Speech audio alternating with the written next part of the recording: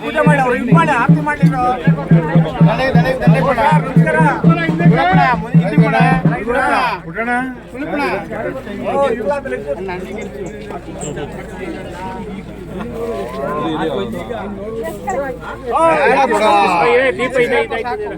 ದೀಪ ಹೋಯ್ತು. ಕುಮಾರಸ್ವಾಮಿಗೆ ಸಂತೋಷ್ ಅಣ್ಣಂಗೆ ನಿಖಿಲ್ಗೆ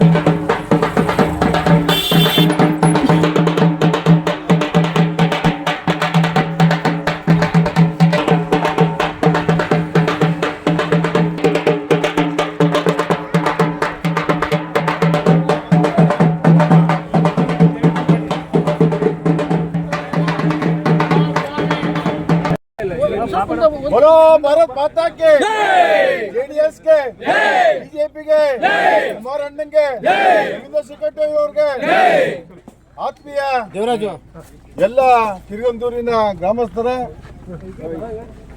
ಬಹಳ ವಿಶೇಷವಾಗಿ ನಾವೆಲ್ಲ ತಮ್ಮನ್ನ ಭೇಟಿ ಮಾಡಿ ಬಂದಿರತಕ್ಕಂಥದ್ದು ತಮಗೆಲ್ಲ ಗೊತ್ತಿರತಕ್ಕಂಥದ್ದು ರೈತರ ಕಣ್ಮಣಿ ದೀನ ದಲಿತರ ಬಂಧು ಕುಮಾರಣ್ಣವರು ಈ ಬಾರಿ ಚುನಾವಣೆಗೆ ಸ್ಪರ್ಧೆ ಮಾಡಿರತಕ್ಕಂಥದ್ದು ತಮಗೆಲ್ಲ ಗೊತ್ತಿರತಕ್ಕಂಥ ವಿಷಯ. ತಾವೆಲ್ಲ ತಿಳ್ಕೊಂಡಿದ್ದೀರಾ. ಏನು ಪುಣ್ಯನೋ ಏನು ಭಾಗ್ಯನೋ ಅವರು ನಮ್ಮ ಜಿಲ್ಲೆಯ ಅಂದರೆ ಕೆ ನಗರ ಸೇರಿದಂಗೆ ಏನು ಲೋಕಸಭಾ ಕ್ಷೇತ್ರ ಇದ್ದದೋ ಆ ಕ್ಷೇತ್ರದಲ್ಲಿ ಅಭ್ಯರ್ಥಿಯಾಗಿದ್ದಾರೆ.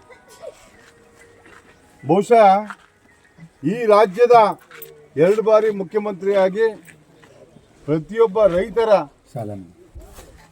ಬಡವರ ನಾಡಿ ಮಿಡಿತವನ್ನು ತಿಳ್ಕೊಂಡಿರತಕ್ಕಂಥ ಏಕೈಕ ನಾಯಕ ಈ ರಾಜ್ಯದಲ್ಲಿ ಯಾರು? ಅರ್ಥ ಮಾಡಿಕೊಂಡು ಹೆಚ್ಚಾಗಿ ತಮಗೆಲ್ಲ ತಿಳಿಸಂತ ಅಗತ್ಯತೆ ಇಲ್ಲ ಕುಮಾರಣ್ಣನ ಬಗ್ಗೆ. ಅಲ್ಲ ರೀ, ಎತ್ತಲ ಮಾಮರ ಎತ್ತಲಕ್ಕೆ ಹೋಗಿಲ್ಲ ಅಂದಂಗೆ ಯಾವ ಚಂದ್ರನ್ ರೀ, ಯಾವ ಕುಮಾರಣ್ಣನ್ ರೀ ಹೋಲಿಕೆ ಮಾಡ್ಕೊಳಕ್ಕೆ ಸಾಧ್ಯ ಐತೇನ್ರಿ?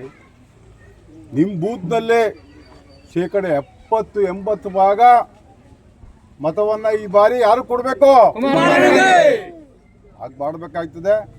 21ನೇ ತಾರೀಕು ಕುಮಾರಣ್ಣವರು, ದೇವೇಗೌಡರು, ಯಡಿಯೂರಪ್ಪನವರು, ಆರ್ ಅಶೋಕ್ ಅವರು ಎಲ್ಲ ಬಂದು ಬೃಹತ್ ಸಮಾವೇಶ ಶ್ರೀರಂಗಪಟ್ಟಣದಲ್ಲಿ ಆಯೋಜಿಸಿರ್ತಕ್ಕಂಥದ್ದು. ಆತ್ಮೀಯ ಬಂಧುಗಳೇ, ಈ ಸಲ ಎಲ್ಲ ನೋಡ್ತಾ ಇದ್ದೀರಾ, ನಾಯಕರು ಎಲ್ಲ ಕಡೆ ನೋಡ್ಕೊಂಬಂದ್ರು. ಒಣಗೋಗಿರತಕ್ಕಂಥದ್ದು ತೆಂಗಿನ ಮರ, ಅಡಿಕೆ ಮರ, ಕಬ್ಬು, ಭತ್ತ, ಅದಕ್ಕೆಲ್ಲ ಕಾರಣಕರ್ತರು ಯಾರು? ಕೃಷಿ ಸಚಿವರು ಯಾರು? ಈ ಬುದ್ಧಿ ಇದೆಯೇನ್ರಿ ಅವ್ರಿಗೆ? ನಾಮಂಗಲದಲ್ಲಿ ಭತ್ತ ಬೆಳೆಯಲ್ಲ, ಅವ್ರಿಗೆ ಕಬ್ಬು ಅನ್ನೋ ಗೊತ್ತಿಲ್ಲ, ಎಷ್ಟು ದಿನಕ್ಕೆ ನೀರು ಹಾಯಿಸ್ಬೇಕು ಗೊತ್ತಿಲ್ಲ, ಅಂಥವ್ರನ್ನ ಕೃಷಿ ಸಚಿವರು ಮಾಡ್ತಿದ್ದೀರಲ್ಲ. ಅಲ್ಲ ರೀ, ಇವತ್ತು ನಮ್ಮ ನಾಯಕರು ಸೊಗಸಾಗಿ ಹೇಳ್ತಾ ಇದ್ರು, ಇವತ್ತು ಎಂತೆಂಥವ್ರನ್ನ ಕ್ಯಾಂಡಿಡೇಟ್ ಮಾಡವ್ರೆ. ಮದ್ದೂರಿನಲ್ಲಿ ಯಾರು ಕ್ಯಾಂಡಿಡೇಟ್ ಮಾಡಿದ್ರು? ಜನ ಓಟ್ ಹಾಕವ್ರಲ್ರಿ. ನಿಮ್ಗೆ ಏನು ಅನ್ನಿಸ್ತೈತೆ? ಲೂಟಿಕೋರು, ಜೂಜ್ಕೋರು, ದರೋಡೆಕೋರು ಇವತ್ತು MLA ಆಗಬೇಕು, MP ಆಗಬೇಕು, ಈ ರಾಜ್ಯನ ಆಡಬೇಕು ಅಂದ್ರೆ ಈ ರಾಜ್ಯಕ್ಕೆ ಈ ದುಸ್ಥಿತಿ ಬೇಕಾ? ಬೇಕೇನ್ರಿ? ಅದಕ್ಕೇನ್ ಮಾಡ್ತೀರಾ ಈ ಸಲ? ದಯವಿಟ್ಟು ಇನ್ನು ವಿಷಯಗಳು ಹೇಳ್ತೀವಿ ಅಂದ್ರೆ ಈ ಬೋಗಸ್ ಗ್ಯಾರಂಟಿ ಯೋಜನೆ ಅದು ಇದು ಮಹಿಳೆಯರಿಗೆಲ್ಲ ಬ್ರೈನ್ ವಾಶ್ ಮಾಡ್ಬಿಟ್ಟವ್ರೆ. ಲೋಕಸಭೆ ಆದ್ಮೇಲೆ ಅದೇನಾಯ್ತವೆ ಇವತ್ತು ರೀ, ಕೊಡೋದ್ಕಂಥದ್ದು 50,000 ಕೋಟಿ ಸಾಲ ಮಾಡಿರೋದು ಎಷ್ಟು? 1,05,000 ಕೋಟಿ.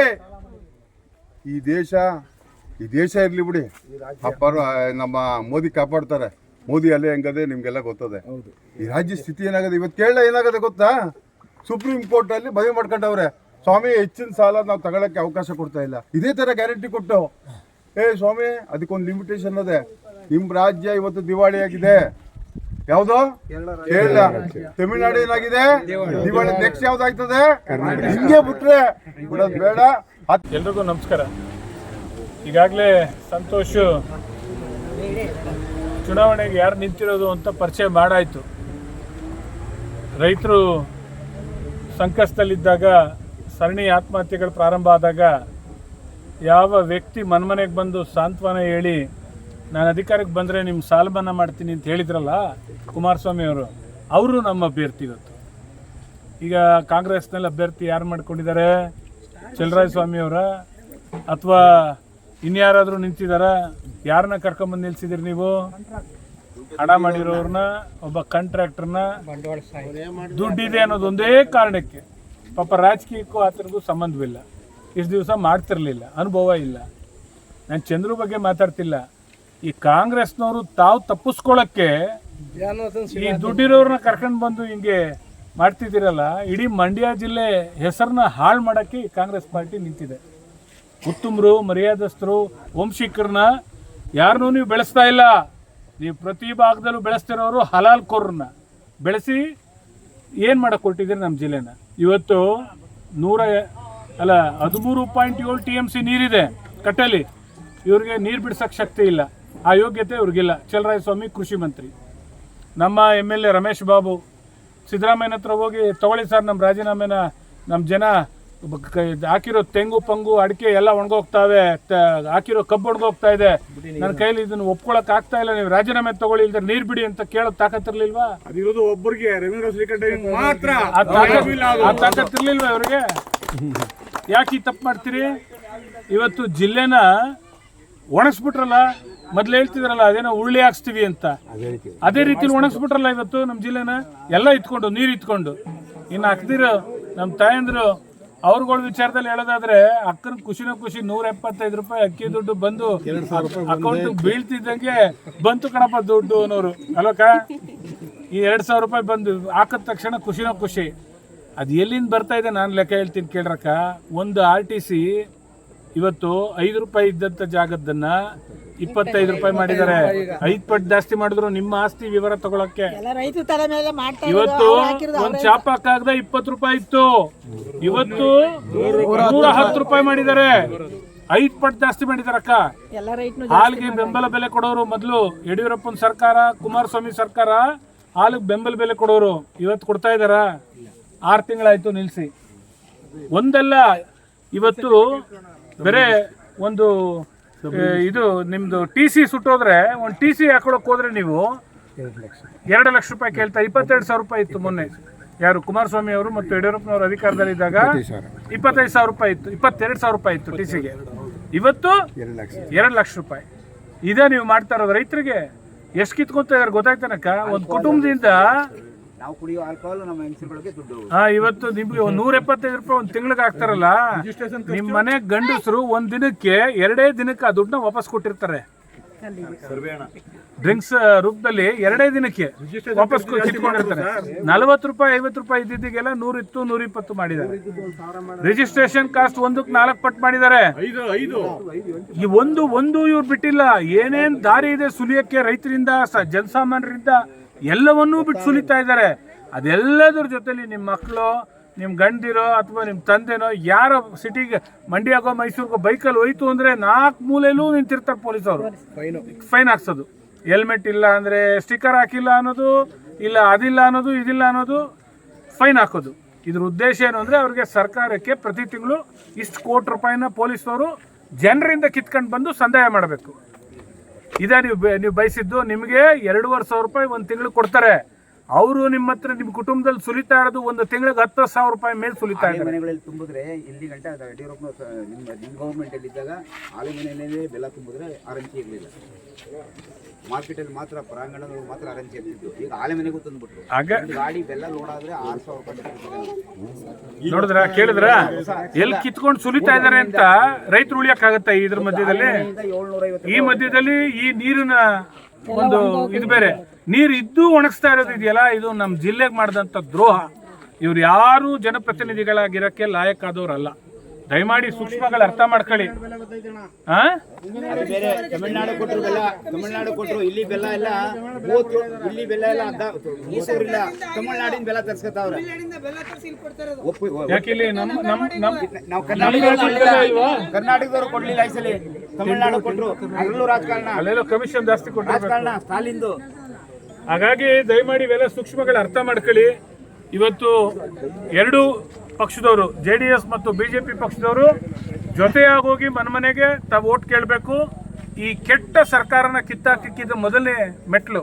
ಇವತ್ತು ಕುಮಾರಣ್ಣ ಒಬ್ಬರು ಗೆದ್ದರೆ ಕಾವೇರಿ ವಿವಾದ ಬಗೆಹರಿಯುತ್ತೆ, ಕರ್ನಾಟಕದ ಪರವಾಗುತ್ತೆ, ಕರ್ನಾಟಕಕ್ಕೆ ಒಳ್ಳೇದಾಗತ್ತೆ. ಅವ್ರು ಗೆದ್ದರೆ ಕಾವೇರಿ ವಿವಾದ ನರೇಂದ್ರ ಮೋದಿ ಅವ್ರ ಹತ್ರ ಮಾತಾಡಿ ಒಳ್ಳೇದು ಮಾಡೋ ಶಕ್ತಿ ಇರೋದು ಕುಮಾರಣ್ಣಂಗೆ ಮಾತ್ರ.